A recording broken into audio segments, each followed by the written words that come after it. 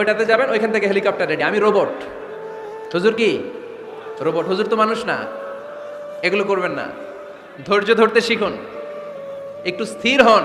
Stop, অনেক হয়েছে, আর না। অস্থির জীবন আমরা চাই না। এই কোরআন আমাদেরকে অস্থির সময়ে স্বস্তির বাণী শোনায়, ঠিক কিনা? কিসের বাণী শোনায়? স্বস্তির বাণী। কোন সময়ে? অস্থির সময়ে স্বস্তির বাণী শোনায় কোরআন, ঠিক কিনা? এজন্য আজকের প্রথম মেসেজ হচ্ছে, কারো বাসায় গেলে পারমিশন নিতে হবে। দরজার সামনে যেয়ে আগে সালাম দিবেন 3 বার। কয়বার? অনুমতি চাইবেন, অনুমতি দিলে ঢুকবেন, অনুমতি না দিলে বের হয়ে চলে আসবেন। পারা যাবে? এজন্য রব্বুল আলামিন বলেন, ইয়া আইয়ুহাল্লাযীনা আমানু লা তাদখুলু বুয়ুতান গায়রা বুয়ুতিকুম হাত্তা তাস্তানিসু ওয়া তুসাল্লিমু আলা আহলিহা যালিকুম খায়রুল লাকুম লাআল্লাকুম তাযাক্কারুন। সুবহানাল্লাহ পড়েন। আল্লাহ ডেকে বললেন, ও ঈমানদারেরা শোনো শোনো, তোমরা যখন অন্য কারো বাড়িতে যাবে, খবরদার অনুমতি না নিয়ে, সালাম না দিয়ে ঘরে ঢুকে যেও না। দরজার সামনে দাঁড়িয়ে থাকো, দরজার সামনে দাঁড়িয়ে দাঁড়িয়ে 3 বার অনুমতি চাও, তারপরে সালাম দাও। অনুমতি দিলে ঢুকবা, নচেত চলে যাবা, ঠিক কিনা? এই আইনটা কার? ফেনীবাসী কি আইনটা মনে রাখতে পারবে? কারো বাসায় যাওয়ার আগে অ্যাপয়েন্টমেন্ট নিয়ে যাব, আর যে হুট করে দরজার ভিতরে ঢুকে যাব না, অপেক্ষা করব। You have to wait. তিনি আসতে বললে এরপরে ঢুকবো, মনে থাকবে? কারো ঘরে অনুমতি না নিয়ে ঢুকা কবিরা গুনাহ। কি গুনাহ? আমরা এগুলোর ইসলাম মনে করি না, আমরা ম্যানার জানি না, আমরা সোশ্যাল নর্মস জানি না। আমরা মনে করি নামাজ, রোজা, হজ, যাকাত, জিকির এগুলাই ইসলাম, ঠিক কিনা? ধরাবাঁধা ইসলাম হিন্দু ধর্মের মতো গদবাঁধা কোনো ধর্ম নয়। আমাদের মসজিদ এটা গির্জা, প্যাগোডা, সেনাগোগ আর গুরুদুয়ারার মতো যে কোনো ইবাদতগাহ নয়। আমাদের মসজিদগুলো আমাদের সামাজিক ঐক্যের কেন্দ্রবিন্দু। আমাদের ইসলাম হচ্ছে আমাদের জীবন চালানোর মেথোডোলজি। কেমন করে এই লাইফটা সুন্দর হবে, স্মুথ হবে, তার সব নির্দেশনা কোরআনের ভেতরে আছে না নাই? এজন্য বিশ্বনবী বললেন, খবরদার কারো ঘরে যাওয়ার আগে সালাম দাও, পাশাপাশি অনুমতি চাও। এক সাহাবী দাঁড়িয়ে বললেন, ইয়া রাসূলুল্লাহ, ইয়া হাবিবাল্লাহ, আমার ঘরে আমরা কেবল 2 জন থাকি, 2টা ঘর। এক ঘরে থাকে আমার আম্মা, আরেক ঘরে থাকে আমি। আফাস্তাদিনু আলা উম্মি, আমি কি আমার মায়ের ঘরে ঢোকার আগে অনুমতি নেওয়া লাগবে নাকি? নবী, হে, 2টা রুম আমার ঘরে, এক রুমে আমি, আরেক রুমে আমার মা। আফাস্তাদিনু আলা উম্মি, আমার মায়ের ঘরে যাওয়ার আগে অনুমতি নেওয়া লাগবে? আনা খাদিমুহা, আমি তো তার খেদমত করি, মায়ের ঘরে যাইতে অনুমতি লাগবে? বিশ্বনবী বললেন, নাম ইস্তাযিন আলাইহা, হ্যাঁ অবশ্যই মায়ের ঘরে ঢোকার আগে অনুমতি নিয়ে ঢুকবা। সুবহানাল্লাহ পড়বেন না? সাহাবী বললেন, ইয়া রাসূলুল্লাহ, তিনি তো আমার মা, অনুমতি লাগবে কেন? বিশ্বনবী বললেন, আতুহিব্বু আন তারাহা উরিয়ানাতান, ও সাহাবী, তুমি কি তোমার মাকে উলঙ্গ দেখতে পছন্দ করো নাকি? সাহাবী বললেন, না, কশিনকালেও নয়, আমি কখনো আমার মারে উলঙ্গ অবস্থায় দেখতে পছন্দ করব না। বিশ্বনবী বললেন, তাহলে অবশ্যই অনুমতি নিয়ে ঢুকবা। যদি মারে উলঙ্গ দেখতে মনে না চায় তাহলে ঢুকবা, কারণ ঘরের ভিতরে কে কখন কোন পরিস্থিতিতে থাকে তার কোনো হিসাব আছে? এজন্য সালাম দিবেন, নক করবেন, অনুমতি চাইবেন, তখন নিজেকে নিজে ভিতরে যারা আছে, মহিলা হোক পুরুষ হোক, সামলে নিবে, গুছিয়ে নিবে, তারপরে আপনাকে ঢুকার ব্যবস্থা করে দিবে, ঠিক কিনা? তাহলে মায়ের ঘরে ঢুকতে হলে যদি অনুমতি লাগে, তাহলে বোনের ঘরে ঢোকার আগে অনুমতির দরকার আছে না নাই? আমার পাশের ঘর হচ্ছে আমার ভাইয়ের ঘর, ভাইয়ের ঘরে ঢোকার আগে অনুমতির দরকার আছে না নাই? কাজিন, চাচাতো বোন, খালাতো বোন, চাচাতো ভাই, খালাতো ভাই, পাশের ঘরের ভাবি, পাশের বাড়ির মানুষ, এদের ঘরে ঢোকার আগে অনুমতির প্রয়োজন আছে না নাই? খবরদার, খবরদার, এটা কবিরা গুনাহ। This is my first message to the people of Feni tonight. আজ রাতে ফেনীবাসীদের কাছে আমার প্রথম মেসেজ হচ্ছে, কারো ঘরে যাওয়ার আগে অ্যাপয়েন্টমেন্ট নিয়ে যাব। কখন তার সাথে দেখা করব, আগে অ্যাপয়েন্টমেন্ট নিয়ে যাব, তারপরে যে দরজার বাইরে দাঁড়িয়ে পারমিশন চাইবো, মানে অনুমতি নিব, তারপরে সালাম দিব, এরপরে ঘরে ঢুকবো। পারা যাবে? ইনশাআল্লাহ পড়তে পারবেন নামাজ করে? আজকে আলোচনার বিষয় হচ্ছে সূরাতুল হুজুরাত। সূরার নাম কি? হুজুরাত। এটা মাদানী সূরা। কি সূরা? এটা কোরআনের 49 নম্বর সূরা। কত নম্বর সূরা? এই সূরায় মোট আয়াত আছে 18টি। কয়টি? এবার আমি প্রশ্ন করব, উত্তর দেন। এই সূরায় মোট আয়াত সংখ্যা কয়টি? 18টি। এটি কোরআনের কততম সূরা? 49তম সূরা। আর সূরাটা মাক্কি সূরা। কি সূরা? মাদানী সূরা। এই সূরাটাকে বলা হয় সামাজিক রীতিনীতির সূরা। সোশ্যাল নর্মস শেখানো হয়েছে এই সূরায়। কেমন করে সমাজের শান্তি শৃঙ্খলার ভারসাম্য অক্ষুণ্ণ থাকবে সে ব্যাপারে এই সূরাতে আল্লাহ তাআলা কিছু দিক নির্দেশনা দিয়েছেন। আমাদের সমাজের ভারসাম্য ঠিক নাই, শান্তি নাই, সুশৃঙ্খলা নাই, শুধু মারামারি, জিঘাংসা, কিলাকিলি, হিংসা, বিদ্বেষ, বিশৃঙ্খলা। এই হিংসা, বিদ্বেষ, বিশৃঙ্খলা, মারামারির বিপরীতে সমাজের সাম্য, ভ্রাতৃত্ব, ভালোবাসা, সুশৃঙ্খলা আর ভারসাম্য কিভাবে অক্ষুণ্ণ রাখা যায় সেজন্য আল্লাহ তাআলা এই সূরার ভেতরে 10টা গাইডলাইন দিয়েছেন। কয়টা? সবাই বলতে হবে, কয়টা? 10টা। প্রথম গাইডলাইন হচ্ছে আল্লাহ তাআলা বলছেন, খবরদার যারা বিশ্বাসী বলে নিজেদেরকে দাবি করো, আল্লাহ আল্লাহর রাসূলের নিয়মের বা আইনের উপর দিয়ে টপকে যেও না। আল্লাহ আল্লাহর রাসূল যেটা বলেছে এটাই ফাইনাল, ঠিক কি না?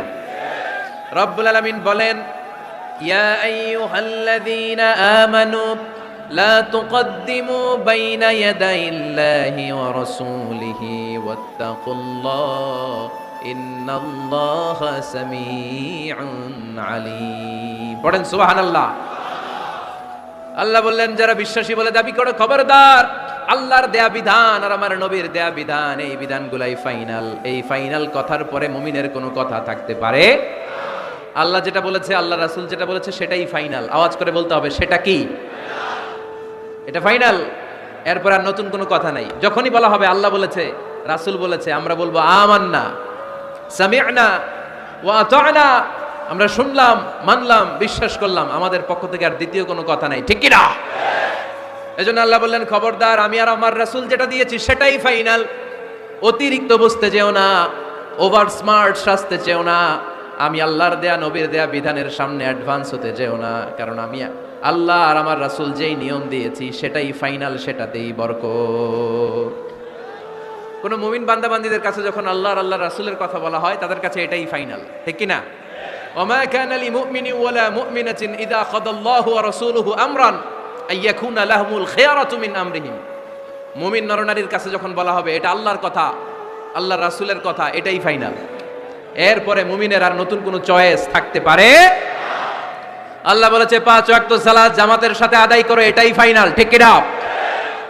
আল্লাহ বলেছেন চুরি করলে চোরের হাত কেটে দাও। বিশ্বনবী জীবদ্দশায় চোরের হাত কেটে দেখিয়ে দিয়েছেন, চুরি করলে হাত কেটে দাও, এটাই ফাইনাল, ঠিক কি না? আল্লাহ নিয়ম জারি করেছেন, ও নারীরা পর্দা করে ঘর থেকে বের হও, এর উপরে কোনো কথা নাই, জোরে বলেন ঠিক কি না? আল্লাহ আইন করে দিয়েছেন রমাদানের 29 দিন কিংবা 30 দিন রোজা রাখবা, এটাই ফাইনাল, এরপরে কোনো কথা নাই, জোরে বলেন ঠিক কি না? যারা সম্পদশালী হয়েছো বছরান্তে 2.5% যাকাত দিবা, বিধানটা কার? এটাই ফাইনাল, এরপরে কোনো কথা আছে? তার মানে আল্লাহ আল্লাহ রাসূল যেটা দিয়েছে এটাই ফাইনাল, এটাই সর্বোৎকৃষ্ট। এর চেয়ে উৎকৃষ্ট আর ভালো হতে পারে না, এটাই শ্রেষ্ঠ। এক সাহাবী বলল, আসুমুদ্দাহার, আমি সারা বছর রোজা রাখবো, রোজা ভাঙবো না। আরেক সাহাবী বলল, আ'তাজিলুন নিসা, আমি আমার বউয়ের কাছে যাব না, আজীবন বৈরাগ্য জীবন যাপন করব। আরেক সাহাবী বলল, উসল্লি লাইলা কুল্লাহ, সারা রাত তাহাজ্জুদ পড়ব, ঘুমাবো না। এই কথা শুনে বিশ্বনবী রেগে গেলেন। বিশ্বনবী বললেন, কে কে বলেছে এই কথা যে সারা বছর রোজা রাখবে, সারা রাত তাহাজ্জুদ পড়বে, স্ত্রীর কাছে যাবে না? ইন্নী আখশাকুম লিল্লাহি ওয়া আতকাকুম লাহু, নিশ্চয় আমি তোমাদের চাইতে আল্লাহকে বেশি ভয় করি। আমি বিশ্বনবী সবচেয়ে বড় মুত্তাকি, আমি বিশ্বনবী সবচেয়ে বড় বুজুর্গ, আমি বিশ্বনবী সবচেয়ে বড় আল্লাহওয়ালা। তো আমি এত বড় আল্লাহওয়ালা হয়ে আমি 11 জন স্ত্রী রেখেছি, আমি এত বড় আল্লাহওয়ালা হয়ে রাতে তাহাজ্জুদও পড়ি, আবার কিছু অংশ ঘুমাই, আমি এত বড় আল্লাহওয়ালা হয়ে বছরে কিছু সময় রোজা রাখি, মাঝে মাঝে রাখি না। তো আমি ব্যালেন্স করে জীবন ধারণের পরে আমার আল্লাহওয়ালাগিরিতে কোনো সমস্যা হয় নাই, আমার নবী হতে সমস্যা হয় নাই। তোমাদের সমস্যা হলো কেন? তোমরা কোত্থেকে এটা শিখেছো? আমি বিশ্বনবী যেটা শিখিয়েছি এটাই ফাইনাল, এর চেয়ে শ্রেষ্ঠ কোনো কাজ আর হতে পারে না। চিল্লায় বলেন ঠিক কি না? ফজরের ফরজ নামাজ কয় রাকাত? আওয়াজ করে বলেন। বিধানটা কার?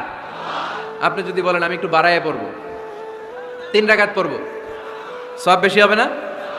কারণ আপনি অ্যাডভান্স হয়েছেন। লা তুকদ্দিমু বাইনা ইয়াদাইল্লাহি ওয়া রাসূলিহি, খবরদার আল্লাহ আল্লাহ রাসূলের উপর অ্যাডভান্স হয়ো না। রমাদানের রোজা 30টা, আপনি যদি বলেন 35টা রাখবো, ফেনীর ভাইয়েরা, রমজানের পরে আরো 5টা যদি একাধারে রাখেন, রমজান মনে করে আল্লাহ কবুল করবে?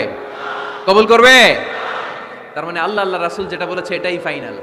এর চেয়ে বেশি কিছু আর ইবাদত করা যাবে, এর চেয়ে শ্রেষ্ঠ ইবাদত হতে পারে না। বিষ্ণু ইসলাম বললেন সারা রাত তাহাজ্জুদ পড়লে এটা শ্রেষ্ঠ ইবাদত নয়, বরং রাতের কিছু অংশ ঘুমাবা, কিছু অংশ তাহাজ্জুদ পড়বা। আইয়ামুল বীজের রোজা রাখবা, সোম আর বৃহস্পতিবার রোজা রাখবা, আরাফার রোজা রাখবা, আশুরার রোজা রাখবা, শাওয়ালের 6 রোজা রাখবা। এর চেয়েও বেশি রাখতে চাইলে একদিন রোজা রাখবা, আরেকদিন রাখবা না, একদিন রাখবা, আরেকদিন রাখবা না। এর চেয়ে ভালো রোজার হতে পারে? হতে পারে না। আল্লাহর হাবিব সাল্লাল্লাহু আলাইহি ওয়াসাল্লাম বললেন সেই শ্রেষ্ঠ যে স্ত্রীদের সাথেও মেলামেশা করে আবার ইবাদতও করে। ইসলামের মধ্যে ভারসাম্য আছে না নাই? তাহলে বোঝা গেল আল্লাহর হাবিব সাল্লাল্লাহু আলাইহি ওয়াসাল্লাম আল্লাহর সবচেয়ে কাছের, তিনি সবচেয়ে বড় মুত্তাকি। ফেনীবাসী আওয়াজ করে বলেন তো, আমার নবীর চাইতে বড় মুত্তাকি হওয়া যাবে? আমার নবীর চাইতে বড় আল্লাহওয়ালা হওয়া যাবে? নামাজ কেমন করে পড়তে হয় এটা নবী শিখিয়ে গিয়েছেন, এর চেয়ে বেশি কিছু করা যাবে? জিকির কেমন করে করতে হয় এটা বিশ্বনবী শিখিয়ে গিয়েছেন কি জান নাই? বিশ্বনবীর শিখানো পন্থার বাইরে নতুন পন্থায় জিকির করা যাবে? তাহলে আল্লাহ এবং আল্লাহ রাসূল যা শিখিয়েছে এটাই ফাইনাল। আল্লাহ রাসূলের কথার উপরে আমরা দ্বিতীয় কোনো কথা বলতে চাই না। এটা হচ্ছে 1 নাম্বার গাইডলাইন। সমাজে যদি শান্তি আনতে চান এই গাইডলাইন মানতে হবে। বিশ্বাসীদের জন্য 2 নাম্বার গাইডলাইন হচ্ছে লা তারফাউ আসওয়াতাকুম ফাওকা সাউতিন নবী। খবরদার ওহে বিশ্বাসীরা, নবীর কণ্ঠের চাইতে যেন তোমাদের কণ্ঠ উঁচু হয়ে না যায়। আপনারা কথা শুনতেছেন? মনোযোগ আছে না গেছে? বনু তামিম গোত্রের নেতা কে হবে? আল্লাহর হাবিব সাল্লাল্লাহু আলাইহি ওয়াসাল্লাম পরামর্শ করছিলেন। সাইয়েদনা আবু বকর বললেন আমার মতামত হচ্ছে এই লোকটা নেতা হলে ভালো হয়, যোগ্য লোক। উমরে ফারুক বললেন না, উনি না। আবু বকর যেটা বলেছে ওইটা না, আমার মনে হয় এই লোকটা নেতা হলে ভালো হয়। আবু বকর বললেন না ওমর তুমি বুঝো না, আমি যারে বলছি সে ভালো। ওমরে ফারুক বলে না আবু বকর, আমি যাকে বলেছি সে ভালো। এরকম মতামত দিতে দিতে তর্ক করতে করতে বিশ্বনবীর গলার চাইতে সাহাবীদের গলার আওয়াজ বড় হয়ে গিয়েছে। আল্লাহ এটা আরশের উপর থেকে বরদাস্ত করে নাই। আল্লাহ বলেছেন খবরদার, লা তারফাউ আসওয়াতাকুম ফাওকা সাউতিন নবী। নবীর কণ্ঠের চাইতে তোমাদের কণ্ঠ যেন উঁচু হয়ে না যায়। আমার নবীকে আমি তোমাদের বন্ধু বানিয়েছি, তোমাদের কাছে রেখেছি, তার মানে এই নয় যা মন চায় তাই নবীর সাথে আচরণ করবা, ঠিক কি না? কখনো যেন নবীর কণ্ঠের চাইতে কণ্ঠ উঁচু হয়ে না যায়। যদি নবীর গলার আওয়াজের চাইতে তোমাদের গলার আওয়াজ উঁচু হয়ে যায়, তোমাদের জীবনের সব নেক আমলগুলোকে আমি বাতিল করে দেব। আল্লাহ ধমক দিয়ে বললেন খবরদার, ইয়া আইয়ুহাল্লাযীনা আমানু লা তারফাউ আসওয়াতাকুম ফাওকা সাউতিন নবী ولا تجهروا له بالقول كجهر بعضكم لبعض أن تحبط أعمالكم وأنتم لا تشعرون পড়েন সুবহানাল্লাহ। আল্লাহ বললেন খবরদার, আমার নবীর কণ্ঠের চাইতে যেন তোমাদের কণ্ঠ উঁচু হয়ে না যায়। আমার হাবিবের কণ্ঠের চাইতে তোমাদের কণ্ঠ যদি উঁচু হয়ে যায় বেয়াদবি হয়ে যাবে, ফলে তোমাদের সব নেক আমল বাতিল করে দিবে কে? এই আয়াত নাজিল হওয়ার পরে সাহাবারা কেউ বিশ্বনবীর সামনে এসে বড় গলায় কথা বলে না, আস্তে আস্তে বলে। কেমনে বলে? ওমরে ফারুক এই আয়াত শুনে এত ভয় পেলেন, তিনি বিশ্বনবীর কাছে কোনো কথা নিয়ে আসলে ফিস ফিস করে বলতেন। বিশ্বনবী শুনতে পেতেন না, বলতেন এই ওমর কি বলছো, বুঝি নাই, জোরে বলো।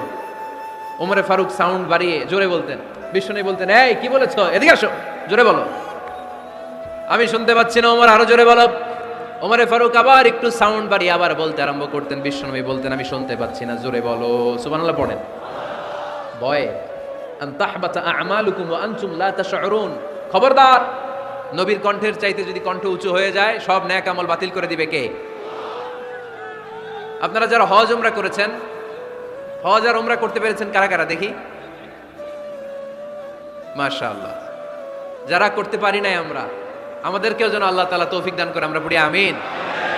আমরা যেন কাবার চারপাশে তাওয়াফ করতে পারি, সাফা মারওয়ায় যেন সাই করতে পারি, আল্লাহর হাবিব সাল্লাল্লাহু আলাইহি ওয়াসাল্লামের কবরের সামনে দাঁড়িয়ে যেন আমরা সালাতু সালাম পাঠ করতে পারি। আওয়াজ করে পড়তে হবে আমিন। বিশ্বনবী সাল্লাল্লাহু আলাইহি ওয়াসাল্লামের কবরের উপরে এই আয়াতটা লেখা, যে আয়াত নিয়ে আমি এখন আপনাদের সামনে আলোচনা করছি। লা তারফাউ আসওয়াতাকুম ফাওকা সাউতিন নবী। দেখছেন না হাজী সাহেবরা, দেখে আসছেন না? আপনি যখন মসজিদে নববীতে নামাজ পড়বেন, আল্লাহর হাবিব সাল্লাল্লাহু আলাইহি ওয়াসাল্লামের কবর জিয়ারতের জন্য যখন রওনা হবেন, সর্বপ্রথম বাম দিকে পড়বে রাউদাতুম মিন রিয়াদিল জান্নাহ। এই জায়গাটা হলো দুনিয়ার বুকে জান্নাতের বাগান সমূহ থেকে একটা বাগান। আপনি হাঁটতে থাকবেন, হাঁটতে হাঁটতে রওজাতুম মিন রিয়াদিল জান্নাহ পার হওয়ার পরে বাম দিকে পড়বে বিশ্বনবীর কবর।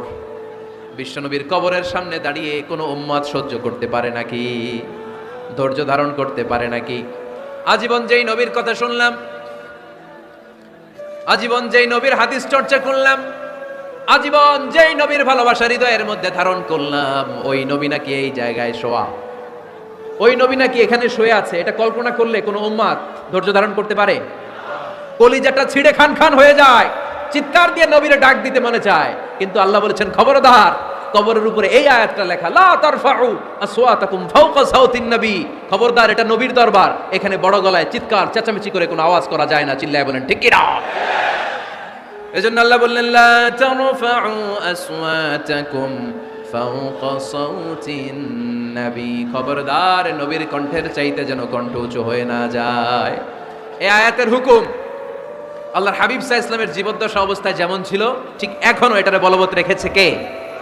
তাই ওইখানে আল্লাহর হাবিব সাল্লাল্লাহু আলাইহি ওয়াসাল্লামের কবরের সামনে বুক ফেটে কান্না আসে, আমার নবী, আমার পেয়ারা নবী এখানে পেয়ারা রাসূল শুয়ে আছে, এটা জেনেও আমি চিৎকার দিতে পারি না, আমি হই হুল্লোড় করতে পারি না, আমি লাফাতে পারি না, আমি শুধু চোখের পানি ছেড়ে আমার নবীরে সালাম পাঠাতে পারি। ঠিক কিনা? এই আয়াতের হুকুম শুধু নবীর ক্ষেত্রেই প্রযোজ্য নয়, আব্বা আম্মার ক্ষেত্রেও প্রযোজ্য। আব্বা আম্মার সামনে দাঁড়িয়ে বড় গলায় কথা বলা যাবে? উস্তাদ আল আসাতেজা যারা আমাদেরকে শিখিয়েছেন তাদের সামনে বড় গলায় কথা বলা যাবে না। আধ্যাত্মিক গুরু, ইসলামী আন্দোলনের নেতা, ধর্মীয় নেতা, ওনাদের সামনেও চোখ রাঙিয়ে কথা বলা যাবে না। চিল্লায় বলেন ঠিক কিনা? লা তারফাউ আসওয়াতাকুম ফাওকা সাউতিন নবী। আদব নাই সমাজে, আদব নাই, এজন্য এত মহা সমস্যা। তাহলে প্রথম মেসেজ হচ্ছে আল্লাহ আল্লাহর হাবিব যা বলেছেন ওইটাই ফাইনাল, ওইটার উপরে কোনো কথা আছে? দ্বিতীয় মেসেজ হচ্ছে নবীর দরবারে দাঁড়িয়ে বড় গলায় কথা বলা যাবে। 3 নম্বরে আল্লাহ বললেন ইয়া আইয়ুহাল্লাযীনা আমানু ইন জাআকুম ফাসিকুম বিনাবাইন ফাতাবায়ানু, ও বিশ্বাসীরা, ও ঈমানদার বান্দারা, তোমাদের সামনে যদি কোনো পাপাচারী, কোনো ফাসিক যদি কোনো খবর নিয়ে আসে, খবরটা বিশ্বাস করার আগে যাচাই করে নিও। ফাতাবায়ানু ইয়ানি ফাতাসাব্বাতু আন সিহহাতিল খবর, খবরটা সহি কিনা যাচাই করার দরকার আছে না নাই? ইযা জাআকুম ইন জাআকুম ফাসিকুম বিনাবাইন ফাতাবায়ানু। ফেনীবাসী মনোযোগ দিয়ে শুনেন, কেউ যদি কোনো তথ্য নিয়ে আসে, খবর নিয়ে আসে, শুনেই হুট করে বিশ্বাস করা যাবে না। ফেসবুকে প্রায় বিভিন্ন ফেক নিউজ আছে না নাই? রুমর, গুজব আছে না নাই?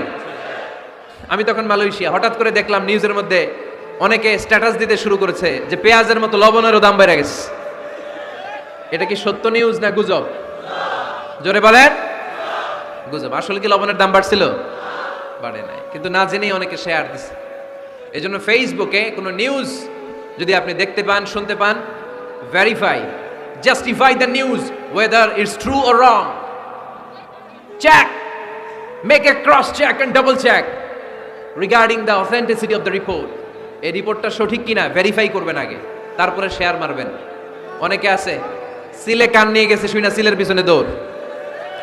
আগে কি সিলের পিছনে দৌড়াবেন নাকি কানে হাত দিবেন? নিউজ একটা দেখলেই শেয়ার দেয়া যাবে? কি করবেন? যাচাই করবেন। You have to cross check, you have to justify the news, you have to verify the news. আমরা প্রায় নিউজ একটা দেখলেই শেয়ার দেই। হয়তো একটা ভুল নিউজ আপনি শেয়ার দিয়েছেন, এই ভুল নিউজের কারণে পুরো সমাজের মধ্যে গোলমাল, এর দায়ভার আপনার কাঁধেই বর্তাবে। আওয়াজ করে বলেন ঠিক কিনা? এই ভুয়া নিউজগুলোতে আমাদের খুব আগ্রহ। ফেসবুক নিজের মন মতো ব্যবহার করা যাবে না। প্রায় ফেসবুকে অনেক রুমর পাবেন, গুজব, অনেক স্ক্যান্ডাল। অমুক নেতার গোপন ভিডিও ফাঁস, তো অমুক নেতার গোপন ভিডিও ফাঁস, তোর কি হয়েছে? তোর সমস্যা কি? ওইটা তোর শেয়ার দেয়া লাগবে কেন? চিল্লায় বলেন ঠিক কিনা? মানুষের দোষ আমরা গোপন করতে পারি না। মান সাতারা মুসলিমান সাতারাহুল্লাহু ফিদ দুনিয়া ওয়াল আখিরা, যে অন্যের দোষ দেখে গোপন রাখে তার দোষগুলো গোপন রাখবে কে? ওমান কাশাফা মুসলিমান কাশাফাহুল্লাহু ফিদ দুনিয়া ওয়াল আখিরা, যে অন্যের গোপন বিষয় প্রকাশ করে দেয় ওর গোমরও কিয়ামতের ময়দানে ফাঁস করে দিবে কে? আপনি 10 জনের সামনে অন্যের গোপন বিষয় ফাঁস করবেন, আল্লাহ লাখো মানুষের সামনে আপনার ল্যাংটা করে ছেড়ে দিবে, লক্ষ মানুষের সামনে আপনার গোমর ফাঁস করে দিবে। এজন্য খবরদার, অন্যের পিছনে লেগে থাকেন না, অন্যের দোষ খুঁজেন না, দোষ খুঁজবেন নিজের। ইন জাআকুম ফাসিকুম বিনাবাইন ফাতাবায়ানু। মুমিন কোন তথ্য, কোন সংবাদ, কোন রিপোর্ট কিংবা নিউজ শুনলেই বিশ্বাস করে না। মুমিন আগে এটাকে যাচাই করে, বাছাই করে, জাস্টিফাই করে, ভেরিফাই করে, তারপরে সে বিশ্বাস করে, ঠিক কি না? আল্লাহর হাবিব সাল্লাল্লাহু আলাইহি ওয়াসাল্লাম বনুল মুস্তালিকের যুদ্ধে জয়লাভ করলেন। হারিস ইবনে মিরার বনুল মুস্তালিকের নেতা। শুনতেছেন আপনারা? কষ্ট হচ্ছে? আচ্ছা। হারিস ইবনে মিরার বললেন, ইয়া রাসূলুল্লাহ, আমরা ইসলাম ধর্ম গ্রহণ করলাম, কি কি নিয়ম মানতে হবে? আল্লাহর হাবিব সাল্লাল্লাহু আলাইহি ওয়াসাল্লাম বললেন, সালাত পড়বে, যাকাত দিবে। উনি বললেন, তাহলে যাকাত নেন। আল্লাহর হাবিব বললেন, না, এই তো মাত্র কালিমা পড়ে মুসলমান হলে হালানিল হাউল, 1 বছর অতিক্রান্ত হওয়ার পরে যাকাত দিবে। আল্লাহর হাবিব সাল্লাল্লাহু আলাইহি ওয়াসাল্লাম মদিনায় ফিরে আসলেন। 1 বছর পর আল ওয়ালিদ ইবনে উকবাহ রাদিয়াল্লাহু তাআলা আনহুকে পাঠালেন, যাও বনুল মুস্তালিকের 1 বছর পূর্ণ হয়েছে, যাকাতের সম্পদ নিয়ে আস। এইদিকে হারিস ইবনে মিরার যাকাতের সম্পদ নিয়ে, সৈন্যবাহিনী নিয়ে, নবীর দূত আসবে যাকাত কালেকশনের জন্য, ওনার জন্য মেহমানদারিতে কোনো ঘাটতি না হয়, ওয়েল রিসিপশন দেওয়ার জন্য এলাকা থেকে বের হয়ে মরুভূমির সামনে দলবল নিয়ে দাঁড়িয়ে। ওয়ালিদ ইবনে উকবা যখন যাকাতের সম্পদ কালেক্ট করার জন্য বনুল মুস্তালিকের ওদিকে যেতে শুরু করেছে, এলাকায় ঢোকার আগেই দেখে বনুল মুস্তালিকের লোকেরা ঘোড়সাওয়ার বাহিনী দাঁড়ায় আছে। এই দৃশ্য দেখে ওয়ালিদ ইবনে উকবা মনে করেছে বনুল মুস্তালিক মনে হয় তাকে হত্যা করার জন্য দাঁড়িয়ে রয়েছে। আসলে কি হত্যার জন্য দাঁড়ায় আছে? কি জন্য দাঁড়ায় আছে? ওয়েলকামিং রিসিপশন দেওয়ার জন্য। উনি ভয় পেয়ে অ্যাবাউট টার্ন, তথ্য যাচাই না করে মনে করছে আমারে মারবে ধরবে, about turn, return back to Medina. মদিনায় চলে গেলেন, যে বলে, ইয়া রাসূলুল্লাহ, বনুল মুস্তালিক যাকাত দেওয়া তো দূরের কথা, এগুলো তো সব কাফের হয়ে গেছে। ইয়া রাসূলুল্লাহ, ওরা তো মনে হয় কাফের হয়ে গিয়েছে, যাকাত প্রদান করা তো দূরের কথা, মারার জন্য সৈন্যবাহিনী নিয়ে অ্যাটাক করেছে। বিশ্বনবী রেগে গেলেন। খালিদ বিন ওয়ালিদের নেতৃত্বে 1000 সৈন্যবাহিনী পাঠিয়ে বললেন, যাও বনুল মুস্তালিক অ্যাটাক করো, বনুল মুস্তালিকে অভিযান চালাও। আল্লাহ বললেন, নবী অভিযান পরে চালান। ইন জাআকুম ফাসিকুম বিনাবাইন ফাতাবায়ানু। সুবহানাল্লাহ পড়েন। নবী হে, অভিযান পরে চালান। তথ্য যে নিয়ে আসছে ওয়ালিদ, এটা সত্য কিনা আগে যাচাই করেন। সে যে তথ্য আপনাকে সরবরাহ করেছে, এই তথ্য সঠিক নয়, সে ভুয়া তথ্য দিয়েছে, সে ভুল বুঝেছে, এখানে মিসআন্ডারস্ট্যান্ডিং হয়েছে। আপনি 1000 সৈন্যবাহিনী পাঠাবেন না। আপনার 1000 সৈন্যবাহিনী যে যদি বনুল মুস্তালিককে অ্যাটাক করে, তাহলে এই অ্যাটাকে কোনো ক্ষয়ক্ষতি হলে সবটার দায়ভার আপনার কাঁধেই বর্তাবে। চিল্লায় বলেন, ঠিক কিনা? আমার নবীকে শিখানোর মাধ্যমে আল্লাহ তাআলা আমাদেরকে শিখা যাবে না।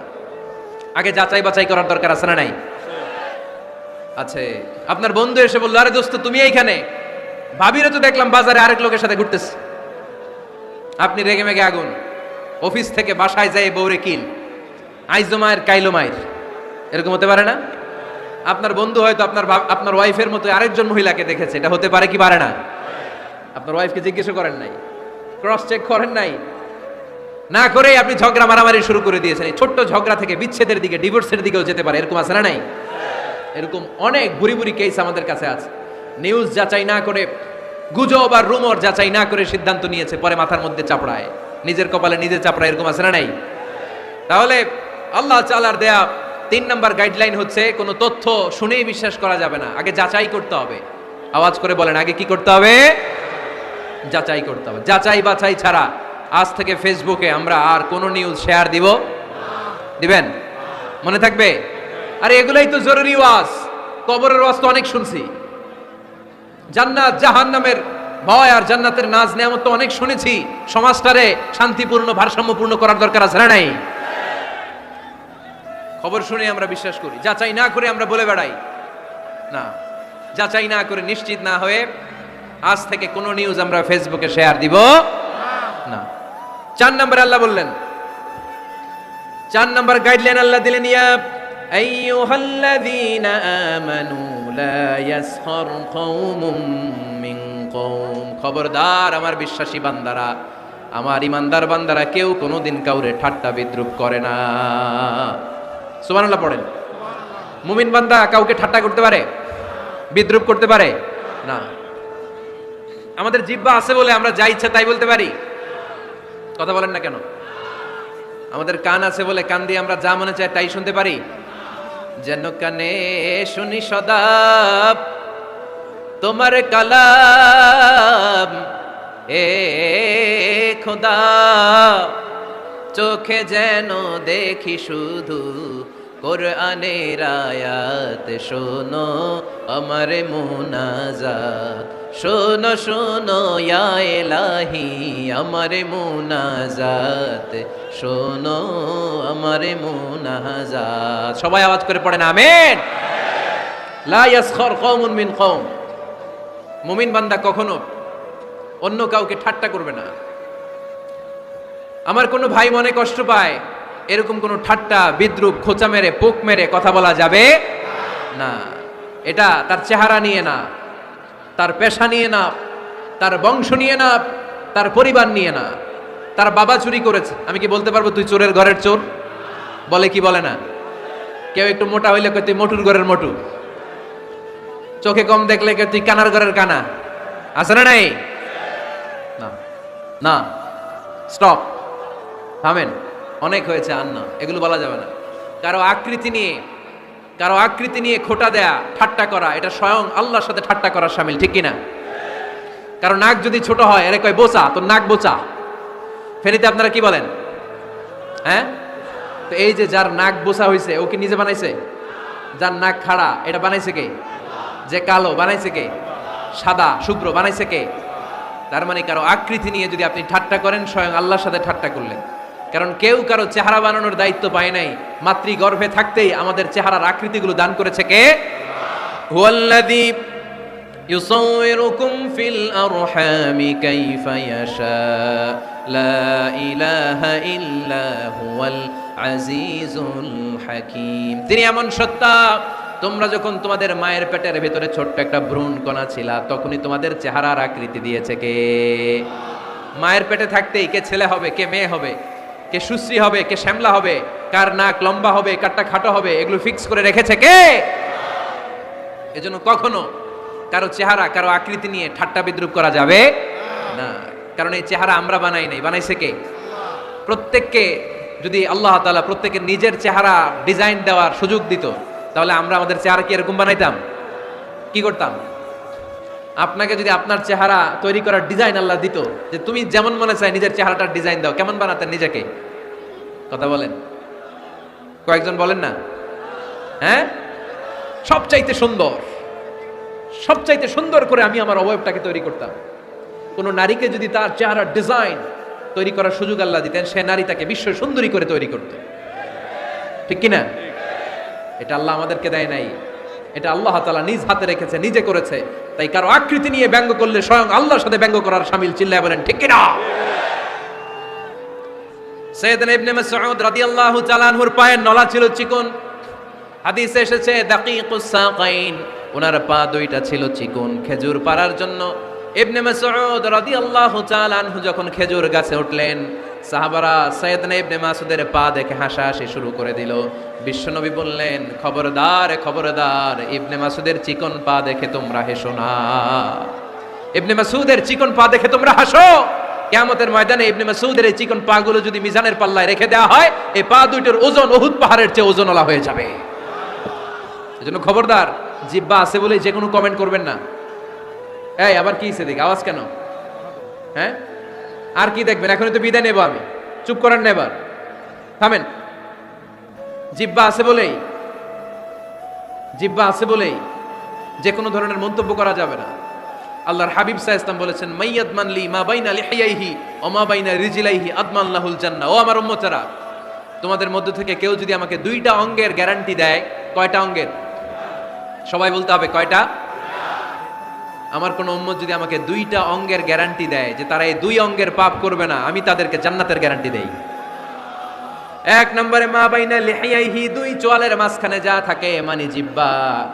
আমার কোন উম্মত যদি আমার গ্যারান্টি দেয় জিহ্বা দিয়ে কোনো মিথ্যা বলবে না, কাউরে বাজে কথা বলবে না, ঠাট্টা বিদ্রুপ করবে না, জিহ্বা দিয়ে যে এই পাপ কাজগুলো হয় এগুলো করবে না, আর দুই রানের মাঝখানে যে অংশ আছে লজ্জাস্থান, এই দুইটা অঙ্গের গ্যারান্টি যদি আমার কোন উম্মত আমারে দেয়, আমি আমার ওই উম্মতকে জান্নাতের গ্যারান্টি দিয়ে দেব। খবরদার ফেনীবাসী, খবরদার, মন চাইলেই যা মনে চাই মুখ দিয়ে বলা যাবে। আমার রাসূল সাল্লাল্লাহু আলাইহি ইসলামের 11 জন স্ত্রী, এর মধ্যে একজন স্ত্রী ছিলেন একটু স্থূল আকৃতির, মানে মোটা। কি ছিলেন জানেন? ওই স্ত্রীর নাম কি? সফিয়া। কি নাম? সাফিয়া বিনতে হুয়াই ইবনে আখতাব, উনি আল্লাহর হাবিব সাল্লাল্লাহু আলাইহি ওয়াসাল্লামের সব স্ত্রীদের মধ্যে থেকে একটু স্থূলকার ছিলেন, একটু ফেটি ছিলেন, মোটা ছিলেন। আম্মা জান আয়েশা একবার ওনার প্রতি রেগে আল্লাহ রাসূল সাল্লাল্লাহু আলাইহি ওয়াসাল্লামের কাছে বিচার দিলেন যে আপনার মুটকি বউ। আল্লাহর হাবিব সাল্লাল্লাহু আলাইহি ওয়াসাল্লাম এই কথা শুনে রেগে গেলেন, আয়েশা এটা তুমি কি বললা? তুমি সফিয়ারে মুটি বলে গালি দিলা। লাকাদ কুলতিলা কালিমাতান লাউ মুসিজাতু লা মাসাজাতিল বাহর। আয়েশা তুমি এমন একটা কথা সফিয়ার শানে বলেছো, এই কথাটাকে যদি সাগরের মধ্যে ঢেলে দেওয়া হয়, এই কথাটার তিক্ততা আর পঙ্কিলতা পুরো সাগরের নীল পানিকে মুহূর্তে কালো করে দিবে। এজন্য খবরদার, জিহ্বা সামলান। সাহাবারা রাদিয়াল্লাহু তাআলা আনহু আজমাইন ওনারা জিহ্বা ধরে মাঝে মাঝে জিহ্বার মধ্যে বাড়ি দিতেন আর কাঁদতেন আর বলতেন, জিহ্বা তোর কারণে কিয়ামতের দিন আমরা আল্লাহর কাছে ধরা খেয়ে যাব। মুমিন চাইলেই এই মুখ দিয়ে যা মনে চায় বলতে পারে। তাহলে 4 নাম্বার গাইডলাইন হচ্ছে লা ইয়াসখার কওমুন মিন কওম, কোন বিশ্বাসী বান্দা কখনো অন্য বিশ্বাসী বান্দাকে ঠাট্টা বিদ্রূপ করতে পারবে। 5 নম্বরে আল্লাহ বললেন ওয়ালা তালমিজু আনফুসাকুম, খবরদার অন্যের দোষ খুঁজবা না। ও আমার বিশ্বাসী বান্দারা, নিজের দোষ খোঁজো, অন্যের দোষ খোঁজো না। দেখেন সমাজটারে শান্তিপূর্ণ বানানোর জন্য আল্লাহর পক্ষ থেকে কি সুন্দর মোরাল এন্ড এথিক্যাল ইনস্ট্রাকশনস, কি চমৎকার গাইডলাইন। অন্যকে ঠাট্টা করো না। ওয়ালা তালমিজু আনফুসাকুম, নেভার ডিফেম ইচ আদার, একে অপরের দোষ খোঁজো না, নিজের দোষ খোঁজো। কার দোষ খুঁজবেন? আরো জোরে বলতে হবে, কার দোষ খুঁজবেন? অন্যের দোষ খোঁজা যাবে? কিছু লোক আছে দেখবেন সারা দিন চায়ের দোকানে বসে এই বাড়িতে এই সমস্যা, ওই বাড়িতে এই সমস্যা, ওই বাড়িতে এই সমস্যা, তোর বাড়িতে কি সমস্যা? কিছু লোক আছে এই হুজুরের এইটা খারাপ, এই হুজুরের ওইটা ভালো না, এইটা খারাপ, এইটা সমস্যা, এটা সমস্যা, তোর কি সমস্যা? তোর সমস্যা তুই খুঁজে বের কর, নিজের সমস্যা খুঁজে বের কর। যে নিজে নিজের সমালোচনা করতে পারে সেই সর্বাপেক্ষা বুদ্ধিমান। এজন্য খবরদার আমার কলিজার টুকরা যুবক ভাইয়েরা, কখনো কাউকে ব্যঙ্গ করে, বিদ্রূপ করে, ছোট করে কোনো মন্তব্য করা যাবে না। কখনো অন্যের দোষ খোঁজা যাবে না। দোষ আমরা খুঁজবো, নিজের দোষ, ঠিক কিনা? দোষ আমরা খুঁজবো, কার দোষ? চিল্লায় বলতে হবে, কার দোষ? নিজের দোষ খুঁজতে হবে। যারা নিচু মনের মানুষ, এরা মানুষের দোষ নিয়ে কথা বলে। Small people talk about people, average people talk about things and stories, and great people talk about ideas. যারা নিচু মনের মানুষ, এরা মানুষের দোষ নিয়ে কথা বলে। যারা মাঝারি ধরনের মানুষ, এরা এলাকার ঘটনা বিভিন্ন বিষয় নিয়ে কথা বলে। আর যারা বড় মনের মানুষ, এরা আইডিয়া নিয়ে কথা বলে। তারা তাদের আইডিয়াকে কাজে লাগিয়ে সমাজটারে পাল্টে দিতে চায়। যুগ জামানা পাল্টে দিতে চাই না অনেকজন, এক মানুষই আনতে পারে জাতির জাগরণ। এক মানুষই বিপদকালে বাঁচায় কাফেলায়, ক্ষুদ্র ডিঙ্গি বাঁচায় জাহাজ অসীম দরিয়ায়। এজন্য নিজেকে শুধরাতে হবে। ওয়ালা তালমিজু আনফুসাকুম, অন্যের দোষ খোঁজো না, নিজের দোষ খোঁজো। তাহলে ফেনীবাসীরা, এই হোক আমাদের স্লোগান, আমরা নিজেদের দোষ খুঁজবো বেশি, অন্য কারো দোষ কখনো খুঁজবো। আপনি নিজে ঠিক হয়ে যান, দুনিয়া এমনি ঠিক হয়ে যাবে। নিজে ঠিক তো দুনিয়া ঠিক। নিজেকে শুধরান। অন্যের দোষ দেখে তো আমার লাভ নাই। ও কি করছে এটা ও জবাব দিবে, আমি কি করেছি আল্লাহর সুপ্রিম কোর্টের কাঠগড়ায় সেদিন আমাকে জবাব দিতে হবে। চিল্লায় বলো ঠিক কিনা? এজন্য অন্যের দোষ যেন আমরা না খুঁজি, নিজেকে যেন পরিবর্তন করি। পরিবর্তন করতে রাজি আছি তো সবাই? পরিবর্তনের অগ্রনায়ক হতে রাজি আছি তো সবাই? সিদ্ধান্ত নিতে হবে, শক্ত সিদ্ধান্ত। দাঁড়াতে হবে, সৈনিকের মতো দাঁড়াতে হবে, ঠিক কিনা? আধারে ভয় পেও না, আলো আছে আড়ালে, অন্ধকার পালিয়ে যাবে তুমি উঠে দাঁড়ালে। নিজেকে দাঁড়াতে হবে, নিজের সাথে নিজের শক্ত বোঝাপড়া করতে হবে। অন্যের দোষ খোঁজার সময় আমাদের নাই। চিল্লায় বলো ঠিক কিনা? দোষ খোঁজা যাবে না, নিজের দোষ নিজের আমরা খুঁজবো। বসেন বসেন। কে ঢুকছে এখানে? হ্যাঁ, কারেন্টে শক করছে। সাপ, সাপ ওয়াজ শুনতে আসে।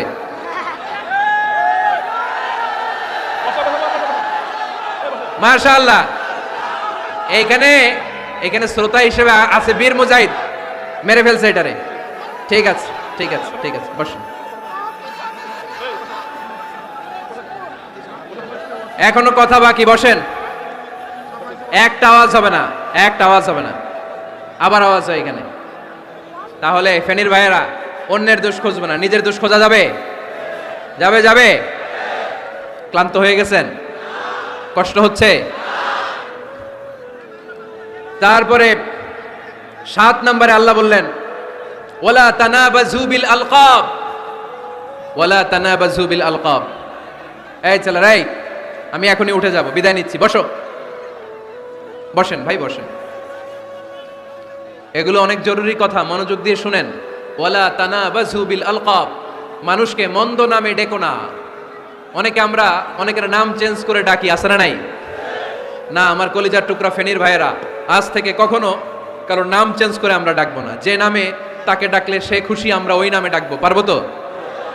কারণ প্রত্যেকের নামটা প্রত্যেকের কাছে বড্ড দামি, প্রত্যেকের নামটা প্রত্যেকের কাছে বড্ড প্রিয়। আপনার নাম কি? লিটন ভাই, মাউল হক লিটন ভাই। আপনার কাছে মনে হইতে পারে আরে লিটন একটা নাম হইলো, এ তো কত আছে আমাদের এলাকায়। না, এলাকায় অনেক আছে ঠিক, কিন্তু লিটন ভাইয়ের কাছে লিটন নামটা খুব আদরের, যত্নের, ঠিক কিনা? আমার নাম কি?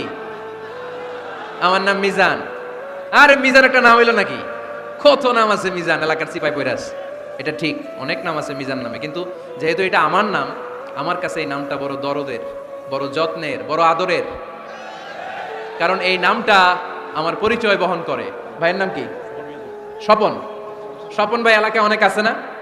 তো সিম্পল একটা নাম, কিন্তু না, স্বপন মিয়াজি ভাইয়ের কাছে এটা সিম্পল না। এই নামটা ওনার কাছে বড় যত্নের।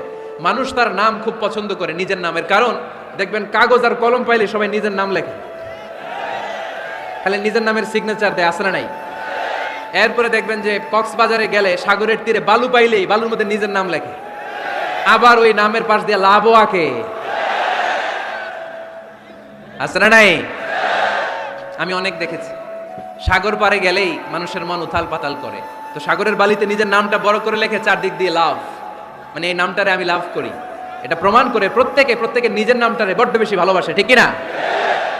এজন্য ফেনীর সোনার টুকরারা, খবরদার বন্ধুরা, নিজেরা যেন একে অপরকে এমন নামে না ডাকি যে নাম শুনলে সে কষ্ট পায়। আজ থেকে কোনো বাজে নামে কাউরে ডাকা যাবে? আব্বা আম্মা আদর করে কত সুন্দর নাম রেখেছে, আবু বাকার, ওরে সবাই ডাকে বকইরা, কপাল পোড়া। আব্বা আম্মা নাম রেখেছে আবু ওয়াক্কাস, ওরে ডাকে আকাইচা। কত সুন্দর নাম আমার আল্লাহর নামের সাথে মিলিয়ে আব্দুল কুদ্দুস নাম রেখেছে, ওরে ডাকে কুদ্দুচ্চা, আছে না নাই? কবিরা গুনাহ করেছেন আপনি, কবিরা গুনাহ। It's not a simple deal, এটা সাধারণ কোনো ব্যাপার না, এগুলো সবগুলা কবিরা গুনাহ। কোনোদিন কাউকে ঠাট্টা বিদ্রুপ করে কিছু বলবো না, কখনো অন্যের দোষ খুঁজবো না, কারো নাম বিকৃত করে কোনোদিন কারো মনে কষ্ট দিব না, ঠিক না? এরপর 8 নম্বরে আল্লাহ বললেন ইয়া আইয়ুহাল্লাযীনা আমানু ইজতানিবু কাসীরাম মিনাল-যান্নি ইন্না বা'দায-যান্নি। অবিশ্বাসীরা খবরদার, অনুমান আন্দাজ নির্ভর কোনো কথা বলবে না, যেটা বলবে নিশ্চিত হয়ে বলবে। কার কথা? অনুমান নির্ভর কোনো কথা, আন্দাজ নির্ভর কোনো কথা কোনো মুমিন বলতে পারে? আমার কথা বোঝা যায়? হ্যাঁ ফেনীবাসী, কথা বোঝা যায়? ফেনী না হেনি? হ্যাঁ, আর বাড়ি হেনি, আইসাই রেনি রেনি। আপনারা কি ডাকেন, ফেনী না হেনি? ফেনী। মাশাআল্লাহ মাশাআল্লাহ, খুব সচেতন ফেনীবাসী। দেখছেন আপনাদের জেলা নিয়ে কিছু বললে খারাপ লাগে না? লাগে। তো নোয়াখালী করে গালি দিয়েন না, চিটাঙ্গারে গালি দিয়েন না, কুমিল্লাবাসীদেরকে গালি দিয়েন না। আমার 64 জেলায় সুজলা সুফলা শস্য শ্যামলা, ঠিক কিনা? 64 জেলা নিয়ে আমার এই বাংলাদেশ। প্রত্যেক জেলায় আমাদের সৌন্দর্য আছে না নাই? এক এক জেলার ভাষার সাথে আরেক জেলার ভাষার কোনো মিল। সিলেটে ছিল আমার গতকাল মাহফিল, তা আমি জিজ্ঞেস করছি ভাই সাহেব খিতা খররা, আপনারা বালা আসুননি? তো মহা খুশি, কারণ ওদের ভাষায় কথা বলেছি, ওরা ওদের ভাষাটারে বড্ড ভালোবাসে। আমরা প্রত্যেকে আমাদের প্রত্যেকের জেলাটারে বড্ড পছন্দ করি, ঠিক কিনা? এই যে তানিবু কাসীরাম মিনাজ-যান, আন্দাজ অনুমান নির্ভর কথা মুমিন কখনো বলতে পারে?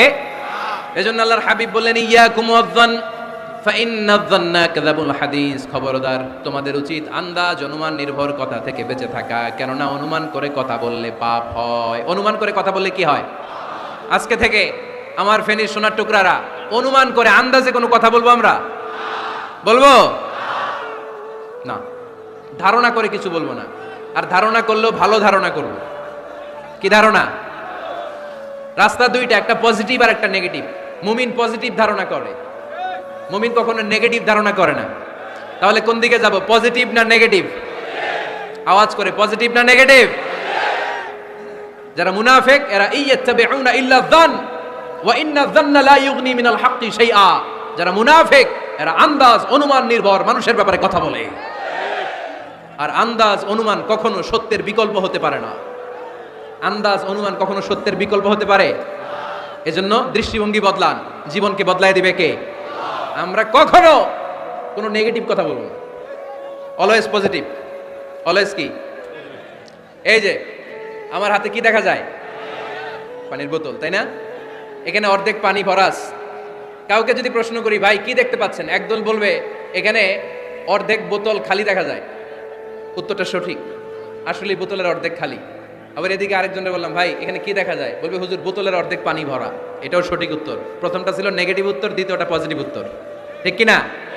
যারা সবসময় নেগেটিভ চিন্তা করে এরা খালি জায়গাটা দেখছে যে পানি নাই, আর যারা সবসময় পজিটিভ চিন্তা করে এরা পানি যে ভর্তি অর্ধেক ওইটা দেখছে। আমরা নেগেটিভের দিকে যাব না, মুসলমান থাকবে সব সময় always positive. Come back positive, not go back negative. চিল্লায় বলতে হবে, ঠিক কি না? কখনো আন্দাজ অনুমান নির্ভর আমরা কিছু বলবো না। 9 নাম্বার, একেবারে শেষের দিকে চলে আসছি। 9 নাম্বার আল্লাহ বললেন, খবরদার ওয়ালা তাজাসসু, গোয়েন্দাগিরি করো না। গোয়েন্দাগিরি করা হারাম। গভর্নমেন্ট যে গোয়েন্দা বিভাগ রেখেছে এটা না, এটা দেশের আইন শৃঙ্খলা বজায় রাখার জন্য এটা জরুরি।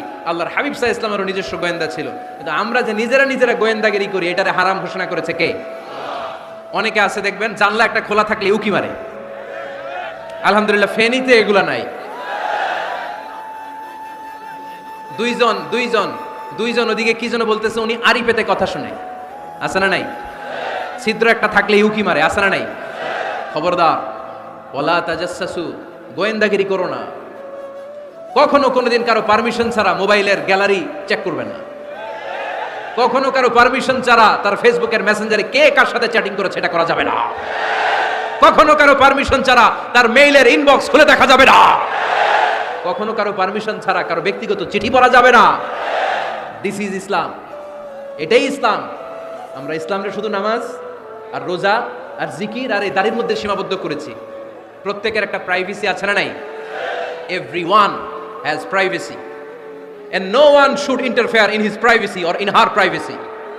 প্রত্যেকের একটা প্রাইভেসি আছে না নাই? মানুষ ছোট হলেও তার একটা সম্মান আছে না নাই? এজন্য ছোট্ট বাচ্চাদেরকে কখনো প্যান্ট খুলতে বলবেন না। অনেকে বলে আরে ছোট মানুষ, খোল, আরে তুই খোল, এই খোল তো। আছে না নাই? ওরও প্রেস্টিজ আছে, ওরও সম্মান আছে। খবরদার, everyone has a personal space and no one should interfere someone's personal space. কারো পার্সোনাল স্পেসে যেন আমরা নাক না গলাই। অনেকের বদ স্বভাব ফ্যামিলি ম্যাটার নিয়ে, প্রাইভেট ম্যাটার নিয়ে কথা বলে। ভাই কি চাকরি করেন? সরকারি না বেসরকারি? সরকারি। বেতন কত? উনার বেতন কত? এটা দিয়ে আপনার কি লাভ? ঠিক কি না? মানুষ একটা দেখলে, ভাই বয়স কত, ভাই বেতন কত? ফার্স্ট ইমপ্রেশনে, ফার্স্ট যখন আপনি কারোর সাথে দেখা করবেন, বেতন কত, বয়স কত, এগুলো জিজ্ঞেস করা যাবে? কেউ যখন কারো ঘনিষ্ঠ হয়, বন্ধুতে রূপান্তরিত হয়, তখন এই কথাগুলো। কিন্তু শুরুতেই প্রাইভেট ম্যাটার নিয়ে, পার্সোনাল ম্যাটার নিয়ে খোঁচাখুচি করা যাবে? ওয়ালা তাজাসসু, গোয়েন্দাগিরি করো না। গোয়েন্দাগিরি করাকে হারাম ঘোষণা করেছে কে? শেষ কথা বলি, 10 নম্বরে আল্লাহ বললেন, 10 নম্বরে রব্বুল আলামিন বললেন, ওয়ালা ইয়াগতাব বা'দুকুম বা'দা আইয়ুহিব্বু আহাদুকুম আইয়াকুলা লাহমা আখিহি মাইতান ফাকারিহতুম। খবরদার কেউ কারো গীবত করো না। কি করো না? গীবত করো না। এই উঠতেছে কে? বসেন, এখনই কথা শেষ হবে, একসাথে উঠবো। বসেন, আমার দিকে তাকান, আওয়াজ বন্ধ করুন। একে অপরের গীবত করো না। ব্যাক বাইটিং, চুগলখড়ি, আলহামদুলিল্লাহ ফেনীতে এগুলা নাই। চায়ের দোকানে বসে এর কথা ওর কানে, ওর কথা ওর কানে বইলা সমাজ একটা গিরিঙ্গি লাগায়। আছে না নাই? আল্লাহর হাবিব বললেন, আতাদরুনা মাল গীবা, গীবত কারে বলে জানো নাকি? সাহাবীরা বললেন, আল্লাহু ওয়া রাসূলুহু আ'লামু, আল্লাহ আল্লাহর রাসূল ভালো জানেন। বিশ্বনবী বললেন, যিকরুকা আখাকা বিমা ইয়াকরাহু, তোমার কোন ভাইয়ের অনুপস্থিতিতে তার ব্যাপারে এমন কোনো কথা বলা যেই কথা শুনলে সে মনে কষ্ট পাবে। গীবত কারে বলে বুঝছেন? আপনার ভাইয়ের অনুপস্থিতিতে আপনার ভাইয়ের ব্যাপারে এমন কোনো কথা বললেন যেটা শুনলে সে মনে কষ্ট পাবে। এক সাহাবী বললেন, আফারাইতা ইন কানা ফি আখি মা আকুল, নবী আমি আমার ভাইয়ের ব্যাপারে যেটা বলছি এটা যদি সত্যিই হয়, তার মধ্যে যদি আসলেই এই সমস্যা থাকে, তাইলে আল্লাহর হাবিব বললেন, আরে তাইলেই তো গীবত। আর যদি তোমার ভাইয়ের মধ্যে এই দোষ না থাকে, বানায়ে বলো, তাহলে এটা গীবত না, গীবতের চেয়ে ভয়ঙ্কর। ফাকাদ বাহাত্তাহু, এটার নাম বহতান আর মিথ্যা অপবাদ। চিল্লায় বলেন ঠিক কিনা? কোন মুমিন গীবত করতে পারে? গীবত করার মৃত ভাইয়ের পচা গোশত খাওয়ার সমান। কোন মুমিন কখনো গীবত করতে পারে? এখন হালাল পন্থায় গীবত চলে আমাদের দেশে। কিভাবে জানেন? কথা শুরু করে এইভাবে, কথা বললে তো গীবত হয়ে যায়, বললে তো গীবত হয়ে যায়, তারপরেও বলি একটু, আছে না নাই? হালাল পন্থায় গীবত কি কমু ভাইজান, বললে তো গীবত হয়ে যায়। হালাল করতেছে, এটা হালাল হালাল হালাল না, বললে যদি গীবত হয়ে যায় তো বলবেন কেন? থামেন। কোন মুমিন কখনো গীবত করতে পারে? মেরাজের রাতে আল্লাহর হাবিব সাল্লাল্লাহু আলাইহি ওয়াসাল্লাম দেখলেন কিছু লোক লাহুম আযফারুন মিন নুহাস, তামার আগুন দিয়ে নখ বানানো, নখর ধারালো, ইয়াখদাশুনা বিহি উজুহাহুম ওয়া সুদুরাহুম, তারা তাদের নখ দিয়ে জাহান্নামে নিজের গালের গোশতগুলো, বুকের গোশতগুলো ছিঁড়ে ছিঁড়ে খাচ্ছে, আর তাদের ব্যথা যন্ত্রণা দেখে পুরো জাহান্নামের অন্য লোকরা থারথার করে কাঁপছে। আল্লাহর হাবিব বললেন, ইয়া জিবরিল মানহুম মান হাউলা, এরা কারা? সাইয়েদনা জিবরিল বললেন, হুম আহলুল গীবাতি মিন উম্মাতিক, এরা আপনার উম্মতের মধ্যে চায়ের দোকানে বসে বসে যারা গীবত করেছিল তারা। এজন্য কোন মুমিন গীবত করতে পারবে না। অন্যের গীবত আমরা করব না, দোষ খুঁজলে নিজের দোষ খুঁজবো। এই 10টা গাইডলাইন এই ফেনী জেলায় যদি কালকে থেকে ইমপ্লিমেন্ট হয়, আপনাদের কি মনে হয় ফেনীর কোনো এলাকাতে, কোনো থানাতে মারামারি, বিশৃঙ্খলা এগুলো থাকবে? থাকবে? সব শেষে আল্লাহ তাআলা আমাদেরকে ঐক্যবদ্ধ হওয়ার কথা বললেন। আল্লাহ 5 বার বিশ্বাসীদেরকে ডাক দিলেন, 6ষ্ঠবারে আল্লাহ দুনিয়ার সবাইরে ডাক দিলেন, আস্তিক নাস্তিক হিন্দু বৌদ্ধ এদেরকে ডেকে আল্লাহ শেষ করলেন। শেষ কথা শুনতে মনে চায়? এতক্ষণ আল্লাহ বলছে ইয়া আইয়ুহাল্লাযীনা আমানু, এর মানে কি? ওহে ঈমানদারগণ। এবার আল্লাহ ডাক দিছে ইয়া আইয়ুহান নাস। এবার আল্লাহ কি বলে ডাক দিছে? আওয়াজ করে বলতে হবে, কি বলে? এবার আল্লাহ বললেন, ইয়া আইয়ুহান নাস ইন্না খালাকনাকুম মিন যাকারিন ওয়া উনসা ওয়া জাআলনাকুম শুউবান ওয়া ক্বাবাইলা লিতাআরাফু ইন্না আকরামাকুম ইনদাল্লাহি আতকাকুম। পড়েন সুবহানাল্লাহ। আল্লাহ ডেকে বললেন, ইন্না খালাকনাকুম মিন যাকারিন ওয়া উনসা, ও বিশ্বাসীরা, এটা বলে ডাকে নাই, ও মানব সকল, নিশ্চয় আমি তোমাদেরকে এক নারী আর এক পুরুষ থেকে তৈরি করেছি। ওই পুরুষের নাম কি? ফেনীবাসী আওয়াজ করে বলেন, আদম আলাইহিস সালাম। আর ওই নারীটার নাম কি? এই 2 জন থেকে গোটা পৃথিবী। তার মানে আসলে আমরা সব এক। আসলে কি? সব এক। নাস্তিকও আমার ভাই, হিন্দুও আমার ভাই, বৌদ্ধ খ্রিস্টানটাও আমার ভাই। ভ্রাতৃত্ব 3 ধরনের। একটা হচ্ছে মায়ের পেটের ভাই, এটাকে আরবিতে বলে আল উখুয়া আন-নাসাবিয়্যা, মায়ের পেটের ভাই, উনি আমার মায়ের পেটের ভাই। আরেকটা আছে আল উখুয়া আদ-দীনিয়া, দ্বীনি ভাই। এই যে আমরা সবাই এখানে একে অপরের কি ভাই? দ্বীনি ভাই। 3 নম্বরে হচ্ছে আল উখুয়া আল ইনসানিয়া, মানবতার দিক থেকে ভাই। সে দৃষ্টিকোণ থেকে হিন্দু আমার ভাই, বৌদ্ধ আমার ভাই, কারণ সেও মানুষ আমিও মানুষ। আমাদের সবার বাবার নাম কি? কথা কয় না? আদম আলাইহিস সালাম। সবার মায়ের নাম কি? দেখছেন, আমরা সবাই এক, সবাই এক। বিভেদের প্রাচীর আর বৃত্ত আমরা বানিয়েছি। ইসলাম ধর্ম, বর্ণ, জাতীয়তাবাদ এগুলোর বাইরে যে এক বিশাল ব্রড মাইন্ডেড রিলিজিয়ন, যেখানে আলাদা আলাদা বৃত্ত টানে নাই। আমরা ধর্ম, বর্ণ, ভাষা, জাতীয়তা এগুলোকে সামনে এনে আলাদা আলাদা পরিচয়ের বৃত্ত বানিয়েছি। আমরা বানিয়েছি শ্বেতাঙ্গ আর কৃষ্ণাঙ্গের পার্থক্য। আমরা করেছি আরব অনারবের বিভাজন। আমরা করেছি ব্রাহ্মণ আর শূদ্রের জাত প্রথা। ইসলামে কোনো জাত প্রথা নাই, শ্বেতাঙ্গ কৃষ্ণাঙ্গের পার্থক্য নাই, প্রেসিডেন্ট কুলিওয়ালা ঠেলাওয়ালার কোনো পার্থক্য আল্লাহর সামনে নাই। চিল্লায় বলো ঠিক কিনা? যার প্রমাণ, প্রেসিডেন্ট যখন নামাজে দাঁড়ায় তার পাশে রিকশাওয়ালাও নামাজে দাঁড়ায়, তার পাশে শিক্ষকও নামাজে দাঁড়ায়, তার পাশে ব্যবসায়ী ভাই নামাজে দাঁড়ায়, তার পাশে ছোট্ট ছেলেটাও নামাজে দাঁড়ায়। আল্লাহর সামনে গোটা সব বিশ্বের মানুষগুলোরে এক কাতারে দাঁড় করিয়ে দিয়েছে কে? কোনো পার্থক্য নাই। এই পার্থক্য বিভেদের প্রাচীর আমরা ভেঙেছি, এই বিভেদের প্রাচীরকে ভেঙে গুড়িয়ে দিতে হবে। আমরা মানুষকে মানুষ হিসেবে কনসিডার করি না, দেখলেই বলি কোন দল করেন, দেখলেই বলি কোন পীরের মুরিদ, দেখলেই বলি কোন দল করেন। না না, সবার আগে পরিচয় হচ্ছে আমরা সবাই মানুষ। বাবার নাম আদম, মায়ের নাম হাওয়া। আর আমাদের মধ্যে সবচেয়ে বড় পরিচয় হচ্ছে আমরা মুসলিম। এখানে আমি মুসলিম ছাড়া আর কাউকে দেখতে পাচ্ছি না, সব মুসলিম। আমার কাছে পীরের মুরিদ নাই, তাবলিগের ভাই নাই, জামাত ইসলাম নাই, শাসনতন্ত্র নাই, ঐক্যজোট নাই, বিএনপি নাই, আওয়ামী লীগ নাই, কিচ্ছু নাই। আমি বুঝি মুসলমান।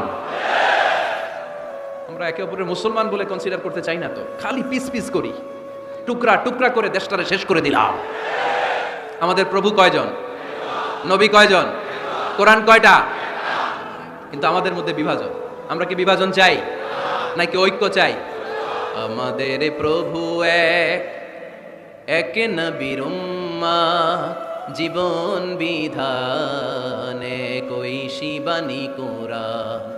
তবে কেন এক নও হে মুসলমান, এক হও করিয়া আহ্বান। পড়েন আমিন।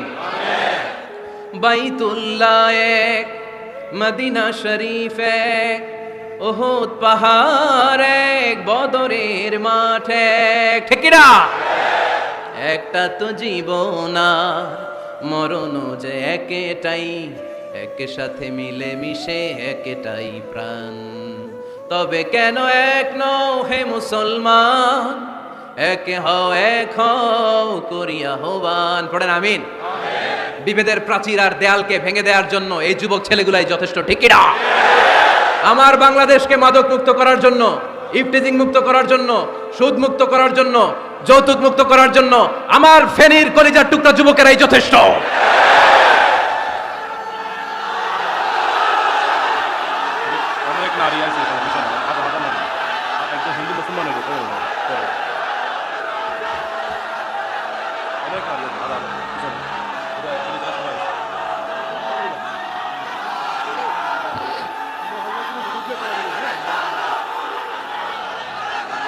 মাশাআল্লাহ, মাশাআল্লাহ, মাশাআল্লাহ। আমরা আসলে বিভেদের প্রাচীর তৈরি করতে চাই না। ঐক্যের কথা শুনলে আমরা, আমাদের সবচেয়ে বড় পরিচয় মুসলিম, এটা শুনলেই আপনাদের মধ্যে যে উচ্ছ্বাস আর উদ্দীপনা, এটাই প্রমাণ করে ভেদাভেদ কখনো জনগণ চায় না। মুসলিম তৌহিদি জনতার হৃদয়ের ভেতরে ভেদাভেদ নাই, হিংসা নাই, বিদ্বেষ নাই। আমাদের আসল পুঁজি ভালোবাসা। আমাদের আসল পুঁজি কি? এই ভালোবাসা দিয়ে আমরা বিশ্ব জয় করতে চাই, ঠিক কি না? পারা যাবে মুসলমান? আর যে 10টা গাইডলাইন, 10টা মেসেজ আজকে শেয়ার করলাম, এগুলো মানা যাবে তো? অনেক বোনেরা এসেছে, আমার বোনেরা, আমি তো দেখতে পাচ্ছি একেবারে ওই রাস্তা পর্যন্ত, এইদিকে অনেক পেছন পর্যন্ত, এদিকে অনেক ভাইরা। বিশাল জনসমুদ্রের আজকের এই আয়োজন, স্কুল মাঠ পুরোটাতে মহিলারা বসেছে। নারীদের জন্য একটাই কথা, 5 ওয়াক্ত সালাত জামাতের সাথে পড়বেন, রমাদানের রোজা রাখবেন, নিজের লজ্জাস্থানের হেফাজত করবেন, স্বামীর আনুগত্য করবেন। এই 4টা কাজ কোনো নারী করলে ওই নারীর জন্য 8টা জান্নাতের দরজা খুলে দিবে কে? আমাদের বোনগুলোকে আল্লাহ তুমি কবুল করো। আমার কলিজার টুকরা ফেনীর যুবক ছেলেদেরকে আল্লাহ তুমি সাইয়েদনা ওমর ফারুকের মতো কবুল করো, সাইয়েদনা হামজার মতো তুমি কবুল করো, খাব্বাব খুবাইবের মতো ইসলামের বীর সেনানী হিসেবে